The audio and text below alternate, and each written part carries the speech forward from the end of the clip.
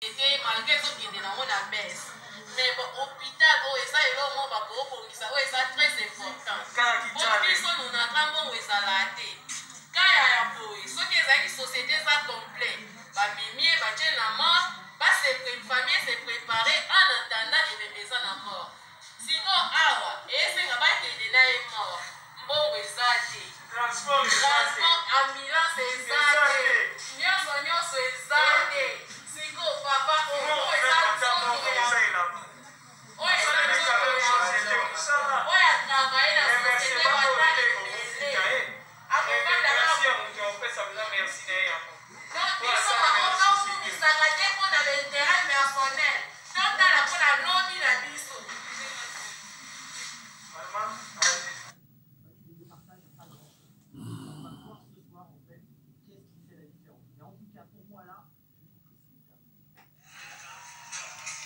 baneba toza na hôpital Kauka otala pena ba position ba minganga baza compressé, c'est-à-dire na bambeto atandika ezaki minga ezante moto ya sali société ba ane ebele mais tota la condition oyo père na biso akufi bota la position oyo ba minganga pena baza compressé, c'est-à-dire eza mawana pasi, c'est-à-dire biso tutu tiaka na mitu na biso tokokoma ka boye lobi ndenge toza ba jeune soko kufi okozala ka boye bota la bino moko ambulance ezate, c'est parce que ndenge za boye moto aza na famille ete bakomema ye bakendo tia ye na morgue nde nini bino moko vraiment bota la pena ezosala pena pasi mais totikalika na ba discours à lokuta na ba makambo ebele ba polémique bota la bino moko lelo esika toza, c'est-à-dire awa moto ata na quartier ba kopesa ye valeur nde nini moto azosala na société monene lokolo natra mais totala lelo vraiment pasi vraiment botala beta bambeto botala ba malade ne bavandi na bambeto mbeto ni grand ni quoi vraiment pasi awa tozana maman docteur ukata bokisa docteur.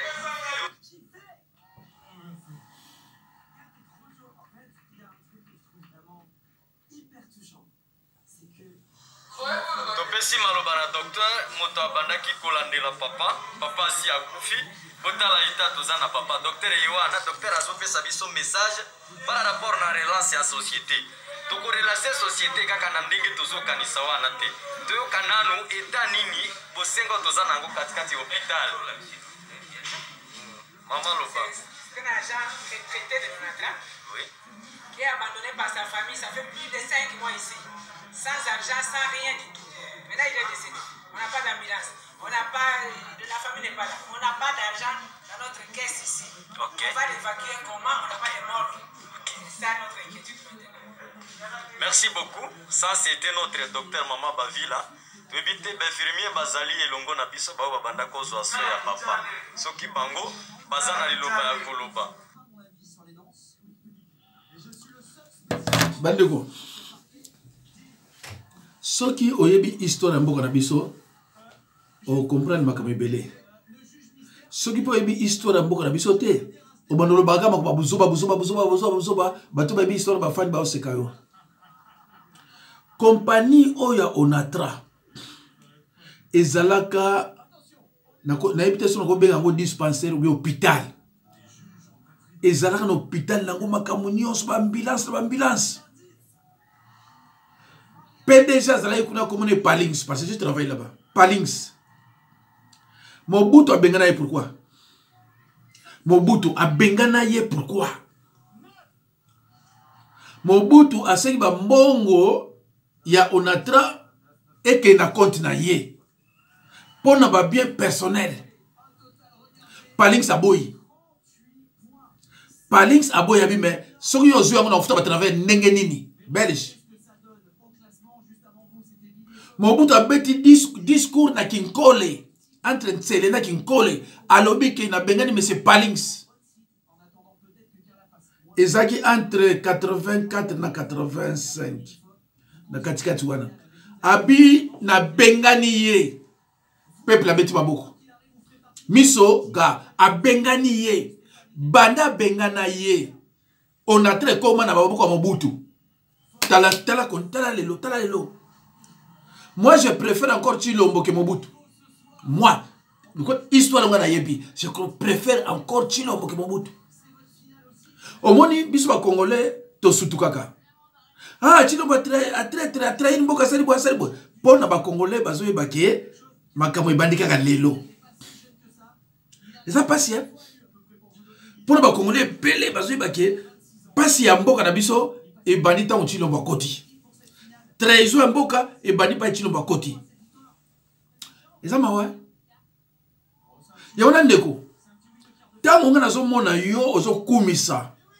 Quelqu'un qui a détruit notre pays durant 32 ans. Nazo mona kibulu. Nzamba ali misara mais nazo mona kibulu. Et peut-être boye ba mboka ndenge la kate.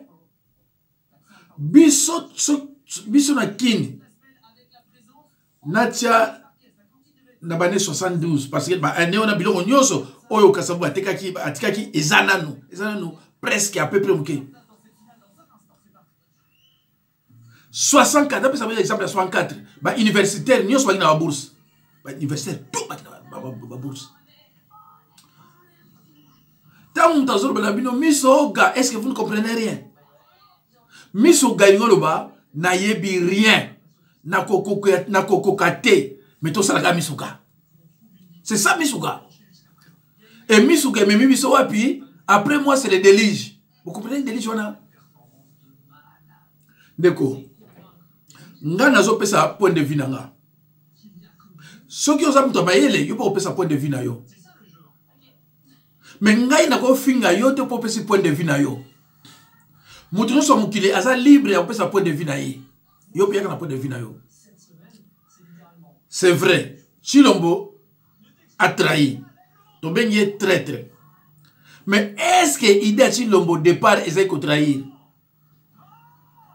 Et là, on a même ce qui est même yo, comme président de la République. Et c'est la ngai, et c'est la yo, on rien qu'on dit. Mais Tshilombo a kanisa qui que, et c'est le quoi qu'on sakana. Ce qu'on a dit, après, tu as dit, bah, dans qui va coûter non et ça la Martin Fayulu to chaki wana c'est elle nous appareil pour baby histoire té na bana mino ko na mine tala mundele ya au monde to la France awa ba se ba sali makambo tout pour 2050 dans la télévision bango ba so le déjà 2050 et bino so ba so le lelo soki mundela asali kam abandango kala na repela kabino nyonso bandeko tribalisme zo bobabiso pardon tribalisme zo bobabiso bino bato mayele bono na tribalisme na poser une question moko discours am Lumumba na 1960 est-ce que ça a une importance le coach amutuna tala ko na idée teneti disons niama ko wela ko finga ko wela ko critiquer cha mutuna yo esala nga point de vue na pesi yo so mona ba belem so ko benganga parfois pendeko yo point de vue na yo ekoleka yangai parce que ça makamba mboka ça makamba famille té siko yo on pesa point de vue na yo ofingi donc ça mututé so ça mutu yo ça numéro de téléphone ngabile tala ndeko ngana mona keza boyboy ngana ko tuna lemso 3-4 personnes mais yo siko yo olobi obeno finga ba pese mbongo basali bo nanga na yo na nizoba parce que na fingi yo te ngana pese yo point de vue nanga mais yo bani ko finga alors nanga na yo na zoba est-ce que to cette indépendance na biso makabo sili discours ya Lumumba est-ce que ça a une importance discours wana et memi biso tili lo pa to kende tant Lumumba eko yeba alors que ba belge pas singa ba pardon ndeko nanga a na poto ce que ça dans la société ba mindele so ba sa yini yo même au sengi pardon bazonga asimate o bazana poto ba ko baibi tant Lumumba ka singa pardon mundele andimi mais faut tala esekelaye basala ke nini balukeli barbare babi ke na bureau na yo omona mutu boka sakuna atika armée symbole militaire chaye mokonzi armée Lumumba sanka yeba ke baza ko détruire bazo tia barbare na mboka pour détruire mboka. Mobutu azalaka na civil, azalaka na militaire te. Na ero ne zalaka so sale 7 ans na armée okolo mona yo. Ndeko, yeba histoire za malamu. L'eau pour le village monaka na Afrique.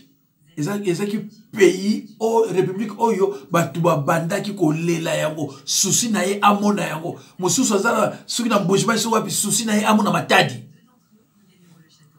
ndeko lelo ne tomona mboka mais ça m'a mingi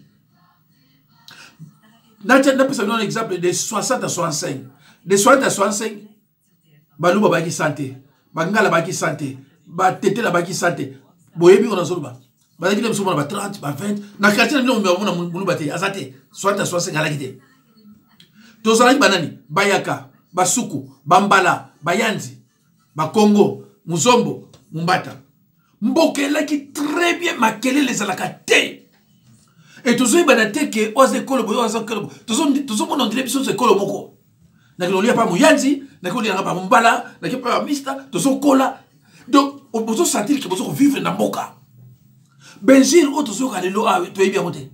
Na base mo remarquer Daniel Nsafu am Congo a fingi a tomboki mais tango a fingi na suka ngai mutu na comprendre ngo na ba kino mususu so comprendre te a lobinini mais tango mulu ba fingi a kepeta direct Nsafu matika na kanda mais comprendre que terme oyo na kolo ba ngote a lobi mususu mais biso ba kino to comprendre que na oya lobi en direct na ye ezaka eloko moko mais ye malgré kanda me abombami o wana mususu na kanda ayebite abimisi voyou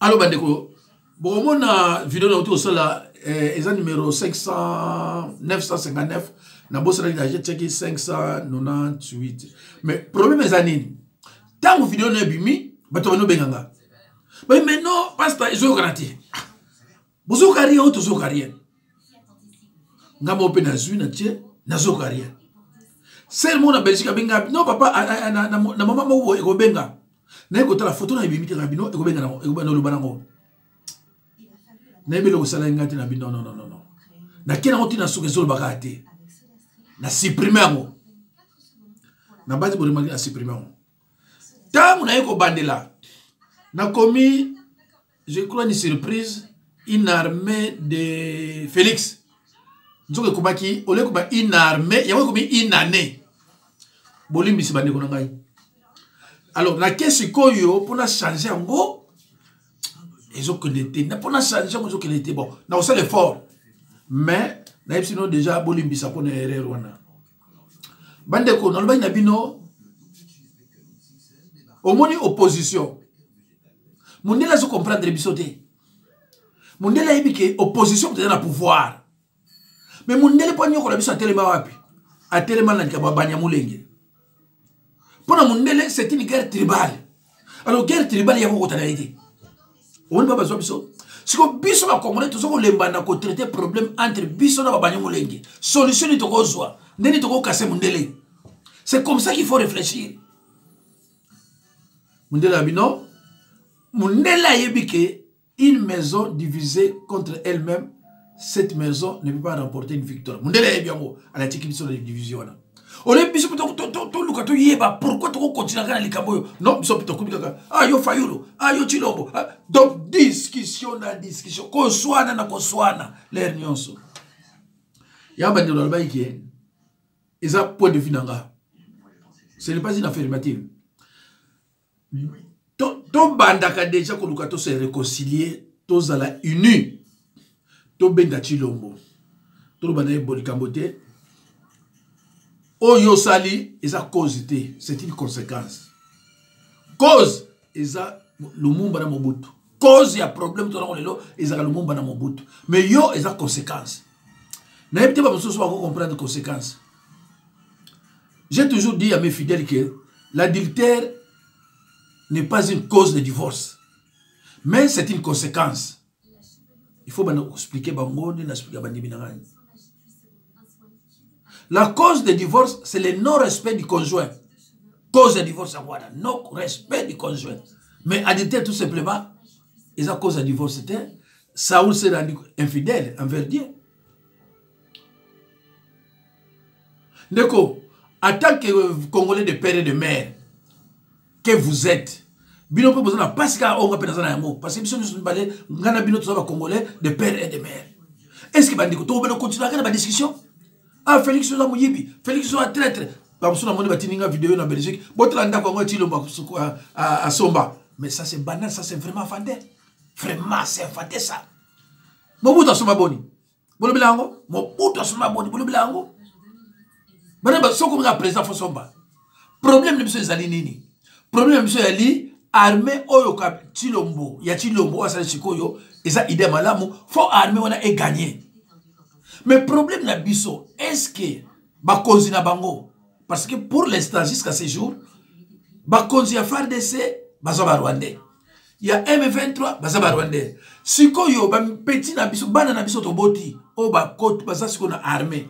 Est-ce que ba konzi na bango bakozala toujours oyo wana ou bien bakozala mususu? C'est ça notre problème.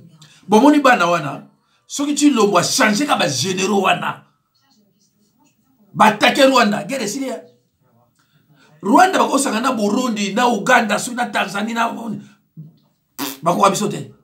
Alors mes chers frères et sœurs, bana wana bino na armée, est-ce que ils ont un armement? Mais c'est vrai que là où il y a la dictature, le pouvoir n'est pas décentralisé. C'est vrai. Une fois le pouvoir est décentralisé, mais ils n'ont pas ce pour dictature plein de pouvoir est décentralisé. Il y a mon des obobabiso. Après, Makabanzambe, na kota kalem suna moi réflexion, ya makamboka et puis ça n'a passé. Bah sénateur na ba député bazo sala rien. Botiki ni so Chilombo, likamba babe Chilombo, likamba babe Chilombo. Mais finalement Chilombo, est-ce que Chilombo za yimo? Est-ce que Chilombo za yimo? C'est pour cela bande ko ngai. Na lobaki so Kabila pesi candidature te Chilombo le kana 2024. Alors ce qui Chilombo le kana 2024, qu'est-ce qu'on doit faire? Tout ça ni ndeko muso alobi nanga ya OK Chilombo asenga pardon na peuple. asenga pardon te tout ça na biso ba solution.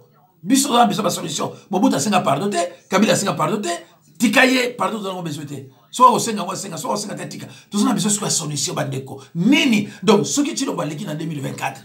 To bandeli subani, o ba faulu ba osala wana. Faulu ayi so na mboka te. O faulu osala ka wana na kende bo SD pona nini tout ça. Faulu ayibi histoire mboka tamukete. Soki faulu ayiba histoire mboka ako kumisa Lumumba na Mobutu te. Mais hier kumisa Lumumba na Mobutu, cela veut dire qu'ayebi le côté. Président moko te Afrique asala mandat moko. Afena imité so za wapi? Président so komi wana ide na ye eza nini mandat ya mibale. Alors na mandat wana mibale. To continuer ka no swanaka. To continuer ka no swanaka te. Moi personnellement nakoluka Chilombo. Biloko mosu eza biloko koluba na médiatique. Biso elmo to kopera pela ba mindele, mais yo yebi ne la supenga za na côté. Talamboka. To moni hôpital wana ya Onatra. Est-ce qu'on a so Chilombo? Est-ce que nani oba benga nani oyo ministre ya santé? Musanya vimeza nini? Ndeko ngai na mboka oyo ba ministre basalaka. Ba député basalaka, ba sénateur basalaka. Ezaka modèle wana te. Yangwana nze komwa tinlangi eloko wa walobi la capitale la plus sale du monde. Lelo eza RDC. Il y a lobi non, les politiciens les plus sales du monde ezande ba politiciens congolais. Tala tibano, botani tibano. Ces jeunes volontaires, filles et garçons, qui viennent de répondre à l'appel du chef de l'État pour défendre la République face à l'agression rwandaise sous le label du M23, se comptent par des milliers au Nord Kivu, déclare le lieutenant-colonel Njike Kaiko Guillaume, porte-parole militaire en province. Vous avez vu la population du Nord Kivu répondre spontanément à cet appel du chef de l'État. Et voilà la réponse que vous avez derrière vous. Aujourd'hui, uniquement à Province du Nord Kivu, nous avons au-delà de 3000 candidats.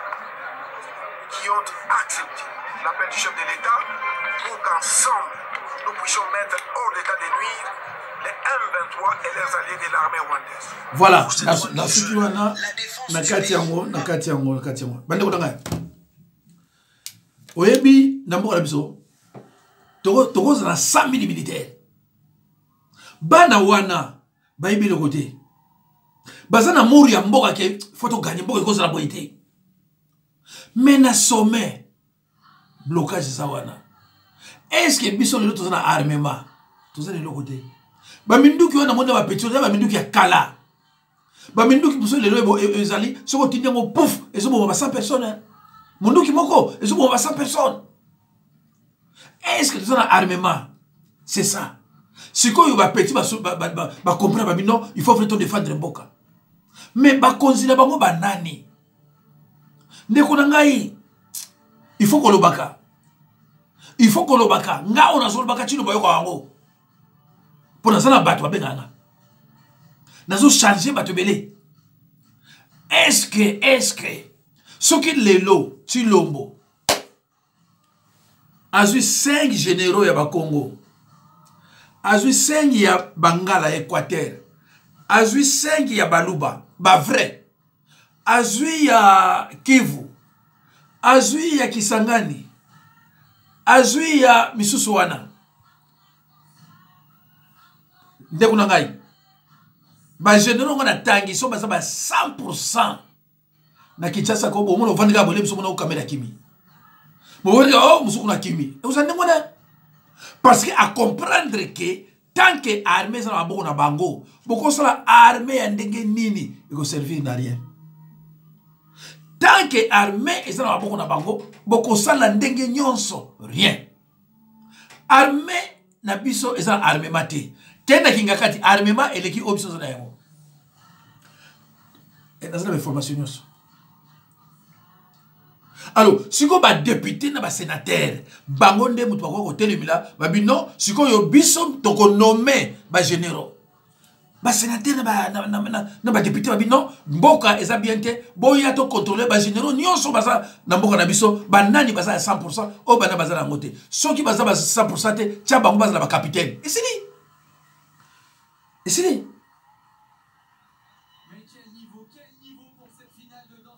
D'accord. Problème est à moko na RDC. Problème est à li moko bakonzia armée bana. Et c'est li. Sinon tu as besoin de bana ya batwa qui ne kufa pour rien. Sinon tu as besoin de bana ya batwa qui ne kufa pour rien. Chilombo erera sali makasi na vina ye aza entouré kana baluba so uta village na baluba so amoni na poto awa ba yebi même Kinshasa te. Biso kenda na 97. C'est pour la première fois mon acquis. Et parce que la mentalité vraiment pas villageois. Donc vous ne comprenez rien. Dès que nous s'est retrouvé na Batumoko Oyo Baïbi rien. Alors est-ce que dans 2023 sur 2024 Otika Chilombo a continué toujours à battre Baïbi rien pour n'importe quoi Oyabiso? Il y a un alubiqué. Soyons unis. Une maison confrontée à des luttes internes, cette maison ne peut pas remporter une victoire. Alors notre maison, c'est la RDC. La RDC est confrontée à des luttes internes. Qu'on soit na biso, qu'on finga biso, c'est ce qu'on appelle des luttes internes. Bon, gagnez des bandits qu'on a gagné. Trati héros, n'a pas de mais fais ça sur vidéo parce que nous sommes dans le wana. Si le voisin mutute, est-ce que vous avez raté? Malé, mais ce qu'on a yoka. Mais ceux qui me disent que non. Ceux qui sont changés, ceux qui sont présentés amour, bien que c'est un traître, mais un vrai traître, c'est que Mobutu.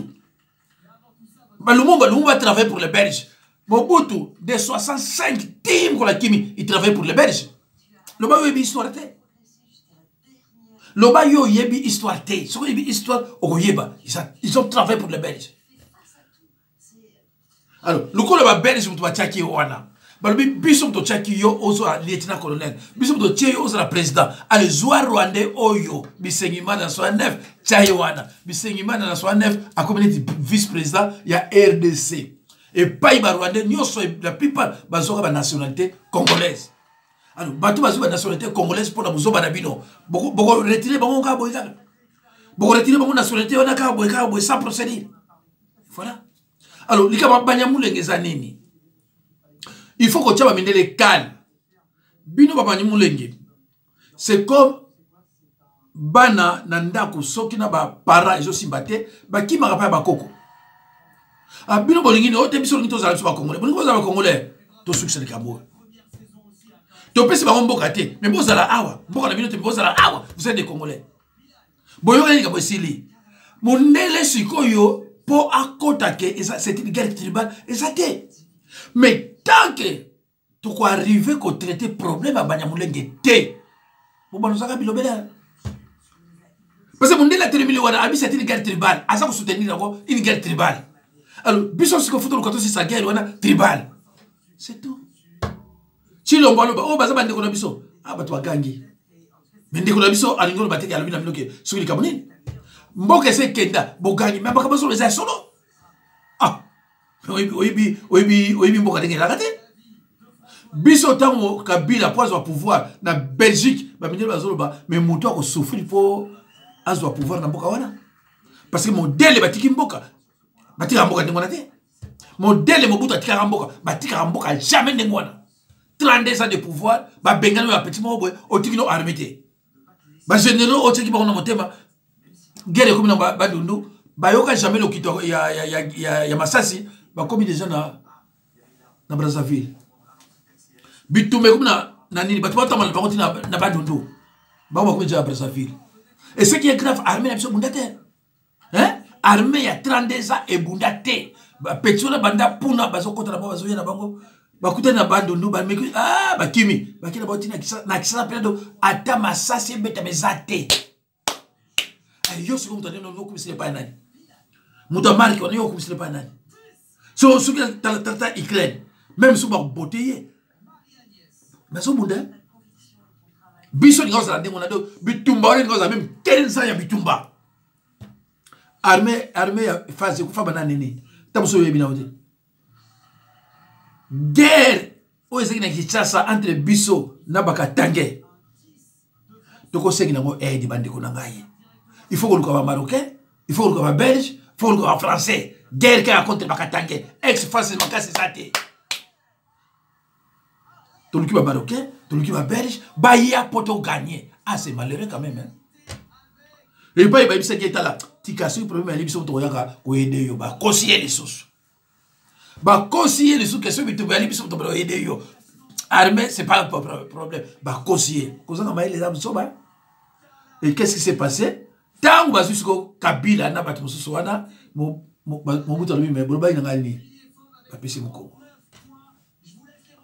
hein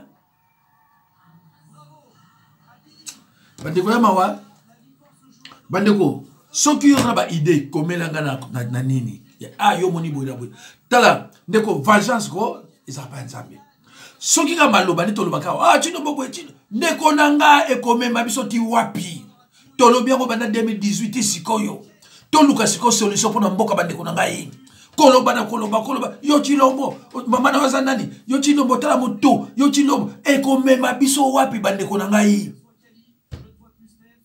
chilombo zandiko na biso chilombo to sola Chilo sola. Aux un téléphone avec député, benga ba député. Il faut que biso ne travaille à ka. Ba biso wazana ko chaka ba ko vous ne travaillez pas pourquoi? Oko benga ba député te. Petit tsafu, na lobane combien de fois tika diamba. Tala, tia yiko finga. Na lobane ba kale, tika diamba petit. Tala, afingi. Bandeko, na kina bilo pour Alex Sabino, mais ça c'est moté. Naza vraiment na besoin toyokana. Mbote na bino bana MVP mboka bana na bana bikonzi bana peuple bana moi na biso libuso Alex Tambo mo ambassade déclaration moko alobi Kinshasa c'est la capitale la plus sale d'Afrique avant ja bamboki bile amona non capitale la salité boité soki investisseur moko ya sérieux soka moni makambo c'est passé na chango ba wenze wana nyonso tout akozonga en courant OK Tokyo ngana wa loba nazo yebisa yo siko que Kinshasa n'est pas la capitale la plus sale d'Afrique. Kinshasa, c'est la capitale qui est dirigée par les politiciens les plus sales d'Afrique. Les politiciens les plus sales d'Afrique. Bisika binomo bosalaka na palais du peuple wana, c'est dégueulasse. Vous n'avez même pas l'eau dans les toilettes. N'ayez bien, très bien. Ma bouteille vendra la cima wana bouille avant ba kolongolango et salaka ceux qui mikolo combien et matingomba. Le palais du peuple là, iska bosalaka, iska mikonzi, iska ba loi ezozwama. Et ça déjà l'endroit le plus sale. Mboka na biso ndenge za na Kinshasa ezo refléter esprit ya ba politicien na biso. Bo voyage ka yo moko le voyager Afrique mobimba. Siko eloko nini ezanga bino bokamata mayele yo bomoni na ba pays misusu bobo ya ochango. Mais ça peut msala bino contrôler gouvernement. Ce gouvernement est sala msala ngote. C'est parce que bozana va laisser aller. C'est parce que bozolo belo au côté. Bana Congo banyo comme mingi ba mama na biso ne bazana bo batekaka. Batekaka yango eza salité. Il faut créer un système moko esala ki ramasser ba salité wana ba déchets na bango ba comment quelque part ba comment wapi. Ba mema ngona banda kuna bango. Mais makambo ba politicien na biso ba déclarer makambo dire il faut mutu mususu ya osala musala wana. Ba futa bino mbongo ebele justement pour améliorer ba conditions de vie ya ba citoyens. Pour permettre bango ba vivre dignement, ba vivre de manière responsable, pour ba infrastructure nécessaire pour se permettre que chaque Congolais a vivre dignement, proprement. Et là, on a comme décision, banda, discours, réunion, assise, surtout pour ça, à part qu'on a bambon, transport, crédit, nini. On ne travaille pas dans ce pays. Vous ne travaillez pas dans ce pays. Et nous, le peuple, on fait comme vous. Nous, le peuple, on fait comme vous. Alexis Tambo, on est entré à Gombe il y a 2 ans, non? Est-ce que vous avez un exemple où qui c'est pour la population? Est-ce qu'ils ont un exemple où qui c'est pour la population? Si vous quel sang au niveau international que Champagne met la Marana Congo et les qui donnent nous monaté. Vous préférez le champagne pour quelques-uns au lieu de l'eau potable pour tous les Congolais. Namboka o ils ont la maille le fleuve où ils ont le plus haut débit, le deuxième fleuve qui a le plus haut débit du monde. Ba Congolais ba na maïté. Ba Congolais ba na électricité. Si ko yo zo ko ebisa biso que non, ils ont la capitale la plus sale. Papa, ils ont la capitale la plus sale. Ils ont la capitale où ils ont dirigé n'a pas politiciens les plus sales. Qui préfèrent détourner l'impôt des Congolais. Pour la jouissance na bango, c'est ça la vérité. Et ce bino boa propreté. Et c'est comme ça là. Ce bino boa propreté na ba mitu na bino. Peuple Rolanda bino kande bino boza. Toujours la naka désordre na bino. Toza na exemple donc toza penza à l'image ba politicien na biso. C'est comme ça. Après des années, des décennies, il y a vie politique. Un mot pour se remettre en question. Tout ça est ni pour le peuple. Tout ça est ni pour la jeunesse. Tout ça est ni pour la femme. Tout ça est ni pour la mibali. En plein ni obino bo créer ou bo sala ki ba maman na biso ba ti ko teka na banzela wana. On a besoin de foufou, on n'a pas besoin